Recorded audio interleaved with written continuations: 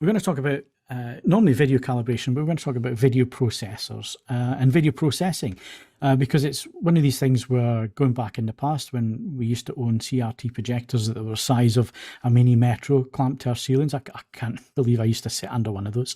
Video processors were a big thing. Line doublers were a big thing. We've moved on. Silicon's moved on. We can get TVs that do incredible upscaling and video processing.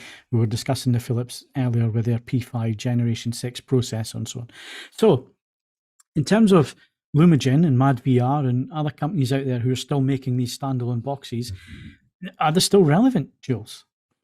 If you have a projector, absolutely. The big difference is going to be your dynamic tone mapping. Most projectors don't have that built in. Most projectors, they don't have Dolby Vision, so they're going to struggle. The light output on a projector is nowhere near what it should be in terms of HDR reproduction, and the video processor is going to frankly do a much better job getting that picture on your screen, and it is transformative. So tone mapping, absolutely for projector.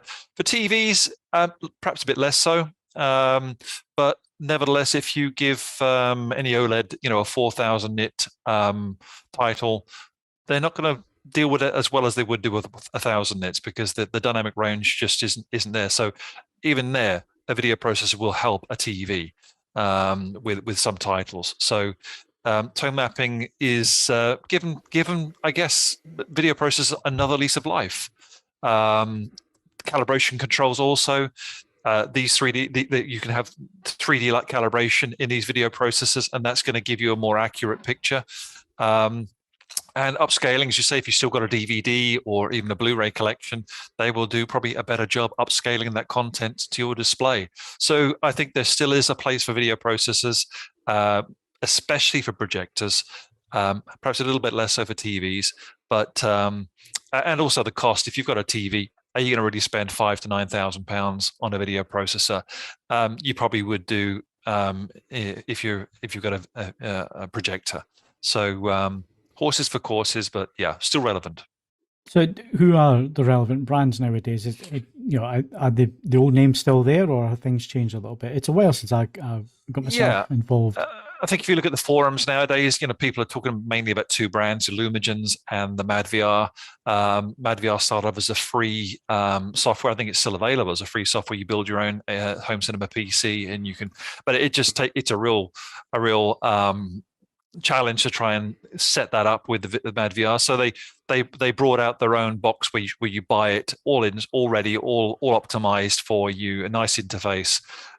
So MadVR and Lumagen are the two main brands that people talk about. They do very similar things, pricing slightly different, but both are excellent at what they do. Okay, and you mentioned projectors. Projector technology is moving on. I mean, JVC, they have their frame adapt technology. I've actually got two very recent JVCs in for review at the minute. So I've got the NZ7 and the NP5. So one laser, one bulb. Yep. And I've also got both of the Sonys in at the moment, both of the ES models, the 7000 and the 5000 in for review at the minute. So there's a bit of a 4-way shootout going on here. But again, big advances in terms of what the projectors are doing themselves as well. The manufacturers are having a go at dynamic tone mapping. Yeah, JVC were the first out the blocks with that, and their tone mapping built in is very, very good.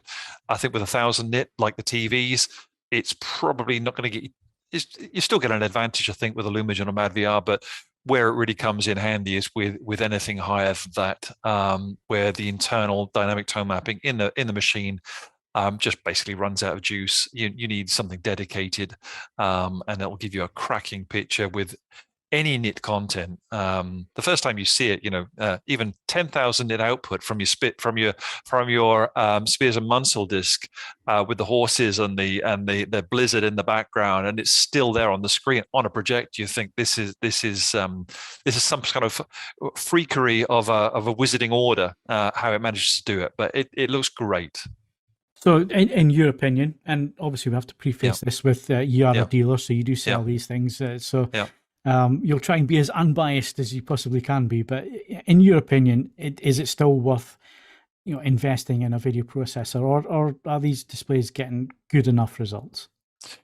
It depends what you mean by good enough. I think we're, home cinema enthusiasts are always in that pursuit of, to get it as best as you can, and we're always trying to flog, one of your firstborn children, whatever, in order to try and achieve that. So I would say definitely you've got a projector. If you add one of these, it's going to take it into another league. Regardless of what projector it is, it's going to be a good investment. But of course, it's all on budget, isn't it? Yeah. Well, there is that as well, and we're not talking about small change when we're talking about the new Sonys and JVCs either. They're all quite pricey, but the performance is there, so you can look out for those reviews as well.